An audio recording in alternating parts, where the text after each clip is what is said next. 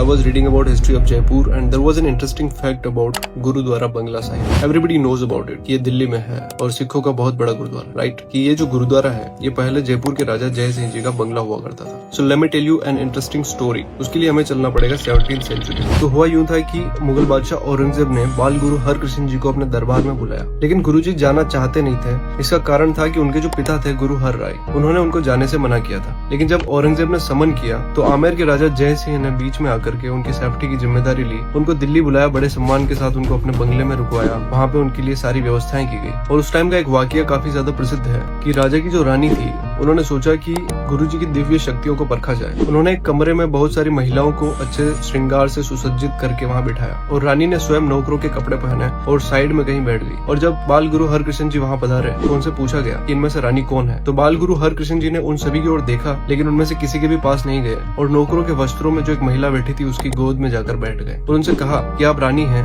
आपने नौकरों के वस्त्र क्यों पहने हुए. ये देख करके वहाँ पर सभी लोग आश्चर्यचकित हो गए और वे सभी गुरुजी से काफी प्रभावित हुए. और आमेर के राजा जय सिंह और उनकी रानी ने गुरुजी से आग्रह किया कि वे इसी बंगले में ठहरे. तो बाल गुरु हरकृष्ण जी उस बंगले में काफी समय तक रहे और कुछ टाइम बाद बाल गुरु हरकृष्ण जी ने उसी बंगले में अपनी देह त्याग कर दी, जिसके बाद उस बंगले को गुरुद्वारा में कन्वर्ट कर दिया गया और आज उस बंगले को गुरुद्वारा बंगला साहिब के नाम से जाना जाता है. तो ये थी पूरी स्टोरी. वैसे तो हम जयपुर के राजाओं के लिए हमेशा ऐसी बातें सुनते आए हैं कि मुगलों के साथ थे, उन्होंने हिंदू धर्म के लिए कुछ नहीं किया. लेकिन अगर आप इतिहास को बारीकी से समझना शुरू करोगे तो आपको पता चलेगा कि हर एक राजा ने अपनी जगह पर रहते हुए उस सिचुएशन में भी काफी सारे प्रयास किए थे कि अपना धर्म अपनी संस्कृति से भी बची रहे. और ऐसी स्टोरीज जब हम पढ़ते हैं, ऐसे इतिहास को हम पढ़ते हैं तो हमें इन चीजों के बारे में और ज्यादा क्लैरिटी आती है.